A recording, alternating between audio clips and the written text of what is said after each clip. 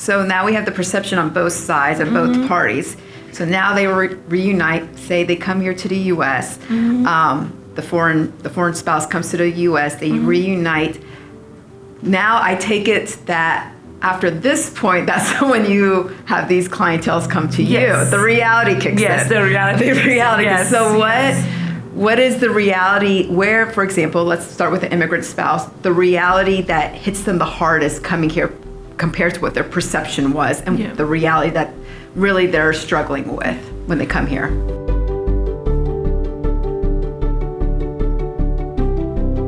Welcome to So Where Are You From? I'm your host, Nooshin Bagheri, a first-generation Iranian-American by identity and an immigration attorney by profession. Today, Miss Azar Memarzadeh Zeinedini joins us again today. Thank you for being here and providing us with more insight as a counselor on what some misconceptions people may have in a journey of immigrating to another country. Welcome.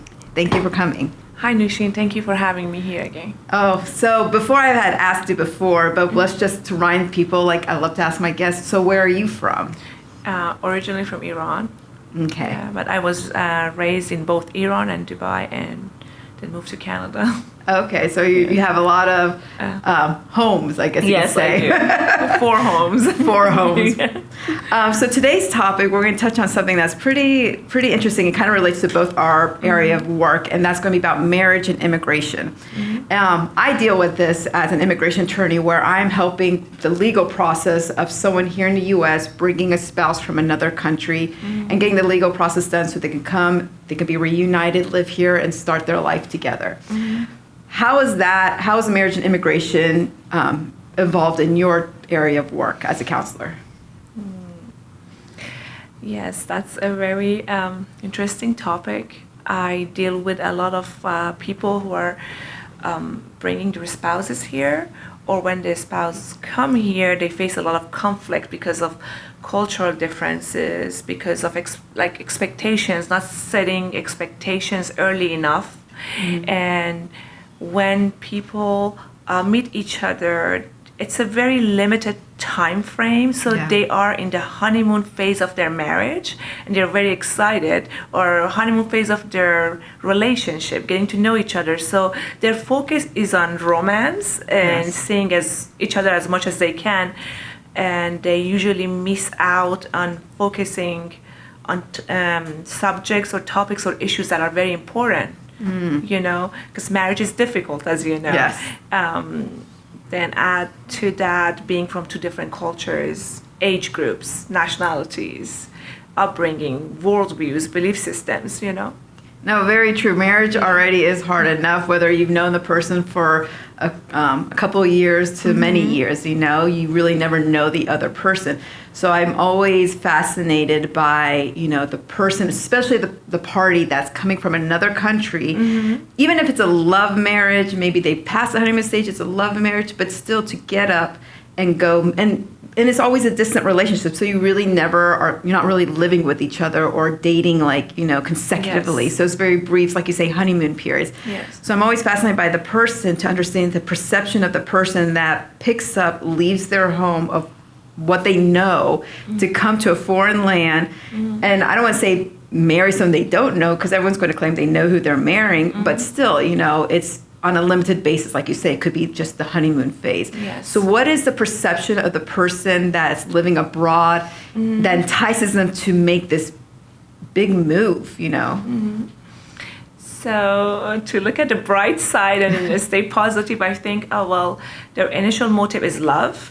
And connection, you know, they're attracted to the other party or the significant other.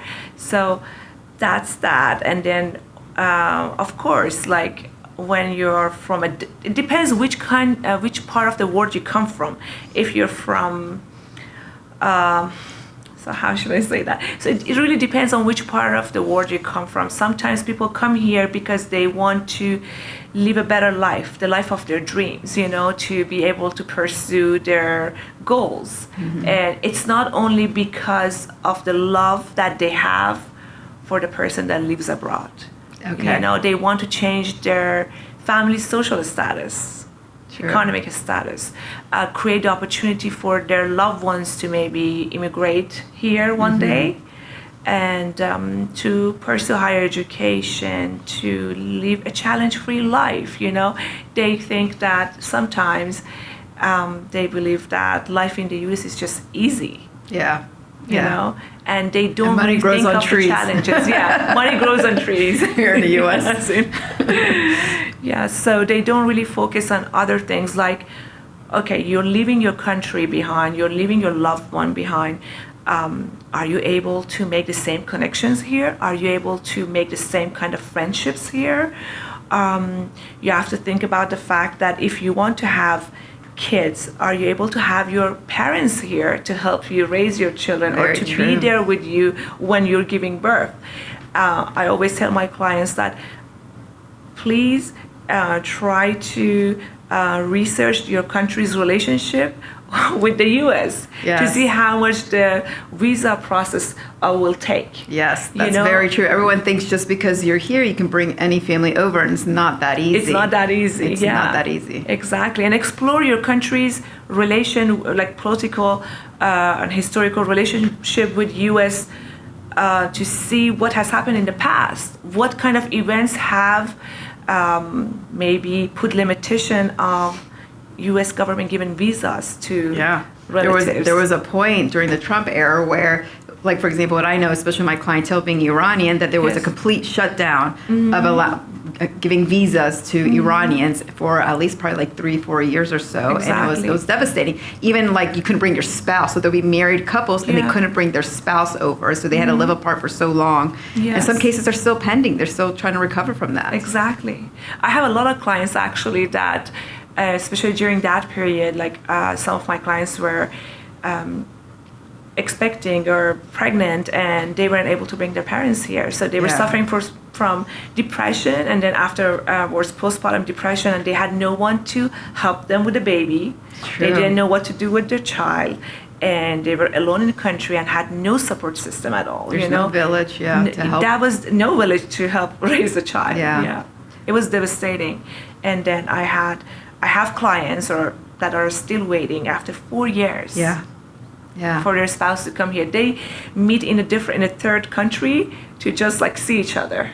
Because sometimes the person who lives in the U.S. cannot even go to the country that the spouse is from, so they have to pick another country to meet. And it causes a strain in a relationship, especially in your relationship when you're apart and like depression kicks in on both parties, anxiety. It's a big thing. So that's very true. That's very insightful to tell your clients to like look at the conditions, look at the visa passage rates for them, because it's not a given just because you're married to a U.S. citizen or a green card holder here that you're given that privilege. It's not automatic. It is not. No. Yeah.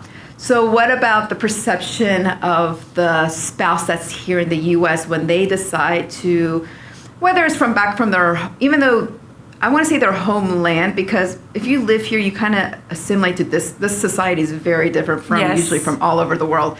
So even though they're marrying back, say they're marrying someone back from their homeland country, it's still a different of personalities and environment, And so, like, say, for example, an Iranian here that's lived in the U.S. for years, it's not the same. It's not going to be the same Iranian background as someone from Iran. So there's still going to be a clash of identity and culture and how they were raised or how they live.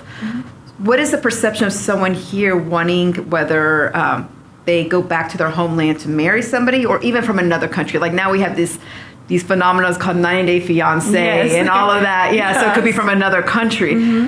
What's the perception of the person here in the U.S. looking outside the country to marry?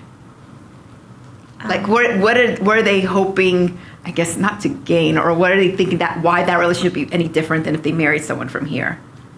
I think that's a very good question. That again depends on many factors like age, education level, race, religion, social status. Of course, those are contributing factors.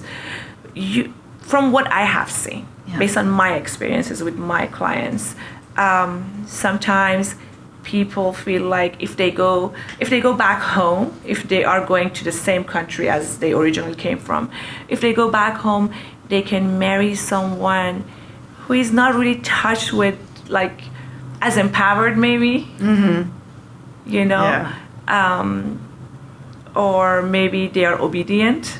Yeah, just because of that cultural upbringing. Because of that cultural upbringing. They haven't seen much, they haven't been exposed to the other side. Exposed, yeah. Exactly. And haven't had any or many prior romantic relationships, you know? So they feel like, okay, this person is going to be untouched, pure, obedient, you know, very true to the culture that I came from, maybe so much like what my mom was like, but they don't know that that generation has changed. Values and norms, even in other countries, have changed, you know? Yeah. And women are working, women are highly educated in other countries, so it's not what people think anymore. Or when someone goes from like here to bring a spouse that's male, a male spouse, there is less challenge when a male spouse is brought here, because I don't know if that masculine power or the ego. So the man who, usually from what I have seen, from the situations I have seen, I'm not saying this is true to all situations, you know, from what I have seen, it's like men are more realistic and they're more ready for challenges they are going to face in a new country, you know. So they come here more prepared. Interesting. Yeah, they come here more prepared, like they know the language better maybe. Or I think I'd be more hesitant because I guess for a male, let's just say an ego, that's hard for them because they're not going to be who they were back home. So maybe they were this top shot person, then they come down here and everything is new and they're not, you know, on the same level as they used to be. So I would think they would be more hesitant, but that's interesting. They come more prepared. Yes. Some of them that believe that it depends again on social status. Some people come here and they make a significant change in the person's life that lives here, you know. So it's case by case, you know, it differs. But what I've seen is because usually men are more ego driven, so they come here more prepared. And then they have set their goals. You know, I'm gonna come here, I'm gonna do this. If I wanna go to school, if I wanna go like the work route, I'm going to do this. So kind of they know their steps and they want to get up there and be kind of equal with the partner that lives here. Especially if they have higher education or earning more income. So that's what I see. But sometimes their ego in the process is really hurt. You know, that's what I see. So then so now we have the perception on both sides and both parties. So now they reunite, say they come here to the U.S. The foreign spouse comes to the U.S. They reunite. Now I take it that after this point, that's when you have these clienteles come to you. The reality kicks in. The reality. So what is the reality where, for example, let's start with the immigrant spouse, the reality that hits them the hardest coming here compared to what their perception was and the reality that really they're struggling with when they come here?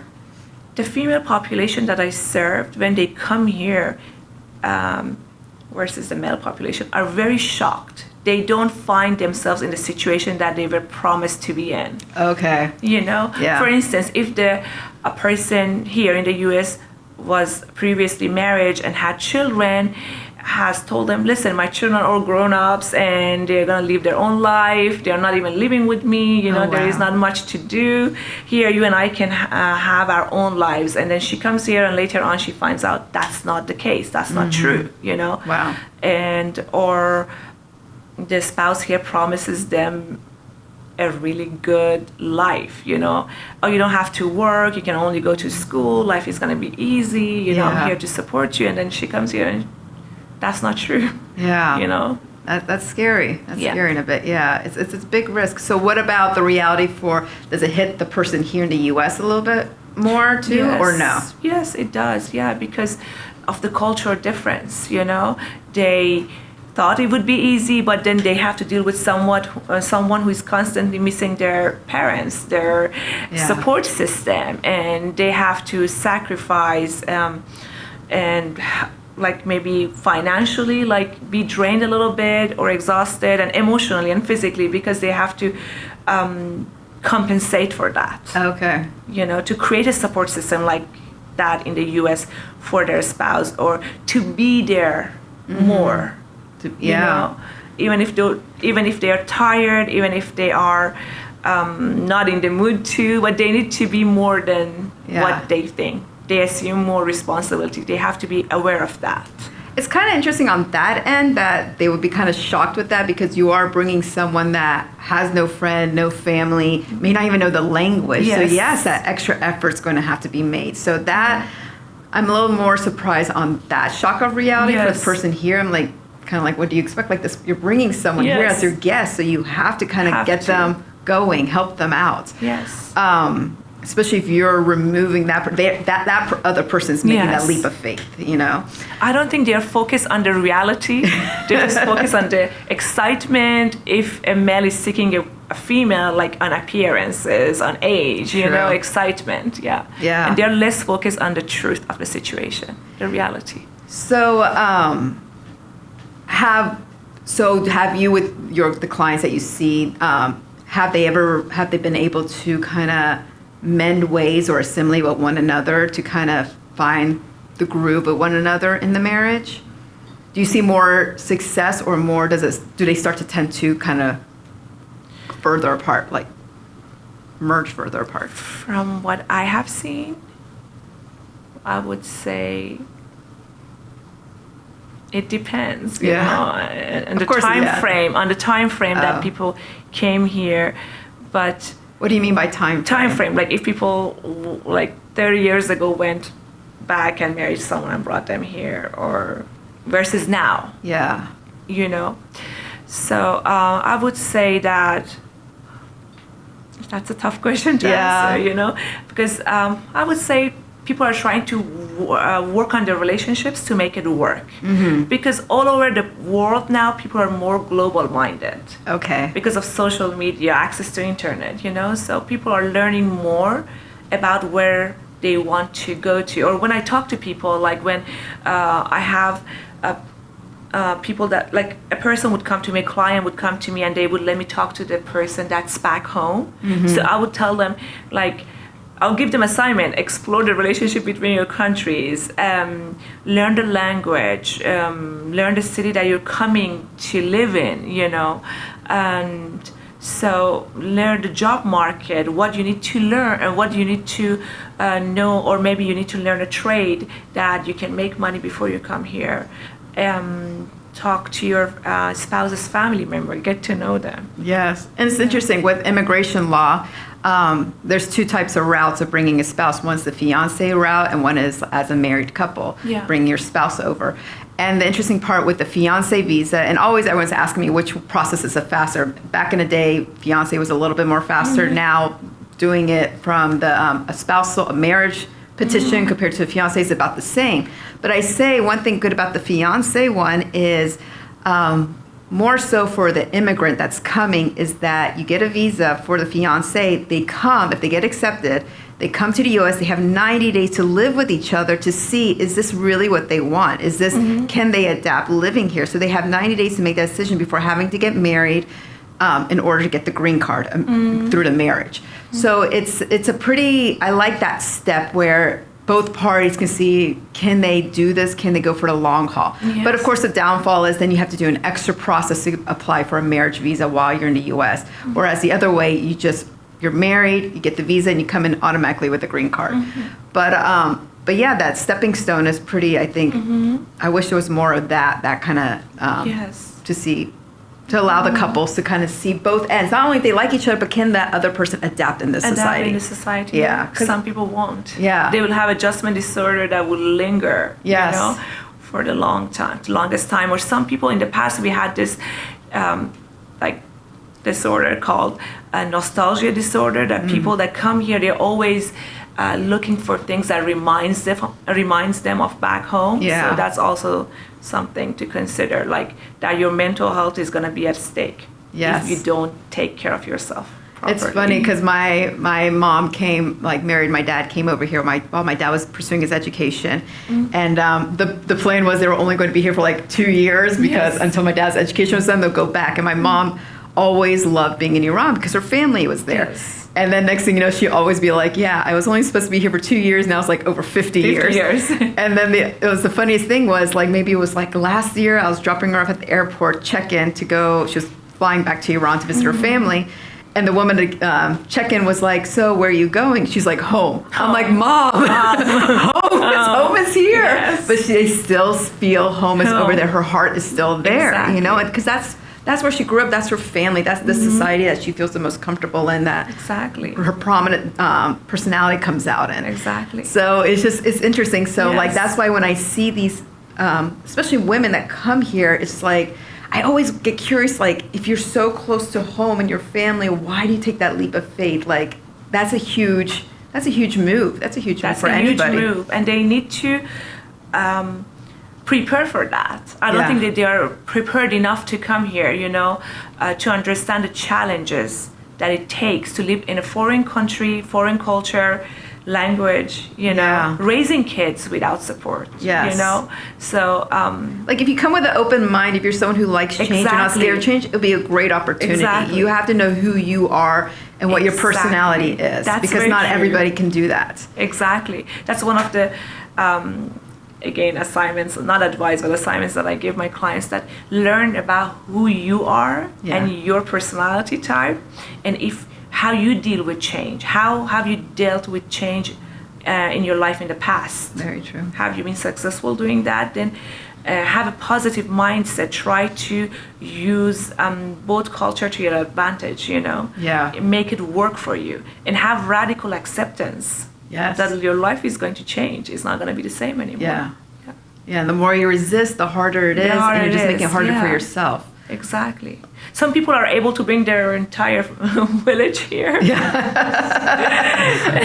few lucky ones, they brought everybody here. Exactly. So don't look at your neighbor's daughter and say, oh my gosh, she married someone in the U.S. and she took all her family there. Her sisters got married there. So don't look at that. Don't compare yourself. It takes years. It takes years to get to that point too. Yeah. It takes years. Yeah. So do they ever, the ones that I guess some clients that you've seen, have you seen people now accept here being their home, or like accept the U.S. being home, or do they still consider like their homeland their home? Population that I serve, they still think their homeland is home. Okay. Yeah. They still believe like I'm going home, or my family, or they kind of, some people that I like serve or I see, they are very enmeshed with their family. Yeah. And I think even if they were living back home in their countries, they would still be this way. That's why they need to know themselves, get to know themselves, their personality type, you know? And I think I can see that being hard, like, for example, from these kind of countries where the families enmeshed, like you say, because you don't have that space to separate and figure yourself out, you know, because, you know, when you go to college, you still live at home, or until you get married, that's the only time when you really leave the house. So it's hard to find that space to really find yourself that's not influenced by your family, to see who you really are. Can you do this or not? Exactly. Yeah. Some people don't even know how enmeshed they are. Yeah.